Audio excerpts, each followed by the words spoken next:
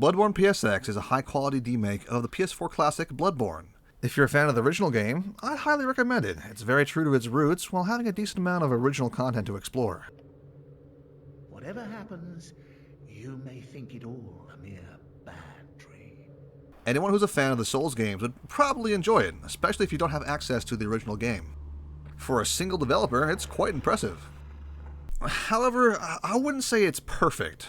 Compared to the original release, it's significantly clunkier and less polished overall. Part of that is probably intentional, as some of the appeal of a remake is the feeling of playing a familiar game on older hardware. Gameplay-wise, while it's obviously similar to Bloodborne, the combat has slowed down quite a bit. Attack startup and recovery times are longer, while enemies sometimes are able to shrug off attacks that would have staggered them before. Combined, these changes lead the game to feeling more like Dark Souls with a Bloodborne skin than a direct descendant. Instead of the more aggressive, bloodthirsty Bloodborne, PSX rewards a patient and more opportunistic playstyle, which honestly I'm fine with.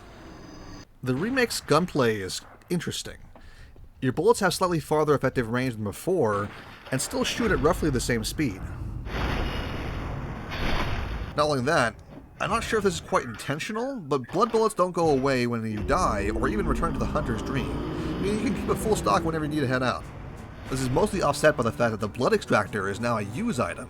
This takes up one of the 3 slots are given, with another one being the blood vials. So now, if you want to keep your health topped off in the fight, as well as restock your blood bullets, you need to cycle through the extractor, extract the bullets, cycle through your blood vials, and then inject the blood. The process takes a few seconds longer than the original, which can be a big difference when fighting a boss. The item system is something I find horrifically clunky, to the point where I'm certain it's intentional, though I feel it's a bit too much. You have 3 item slots to store items in, and 2 of these slots are almost always going to be held by your blood vial, which so you can heal, and the bullet extractor, so you can parry more often.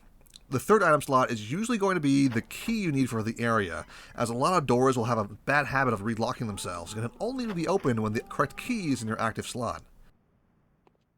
The key system feels like a huge quality of life step down from the original game, and only seems to exist for a few gotcha moments.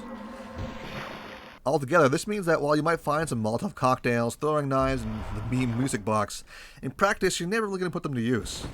Speaking of jankiness, the game isn't quite as polished as the FromSoft original, leading to some really bizarre happenings.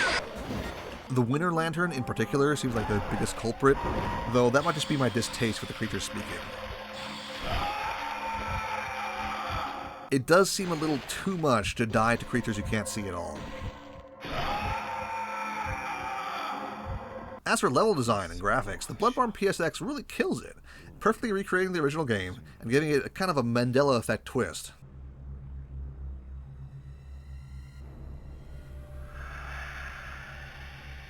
While I would have enjoyed seeing the Cathedral Ward and the old Yharnam sections of the original, the new areas added into the game are atmospheric, and the new boss is certainly a nice spectacle.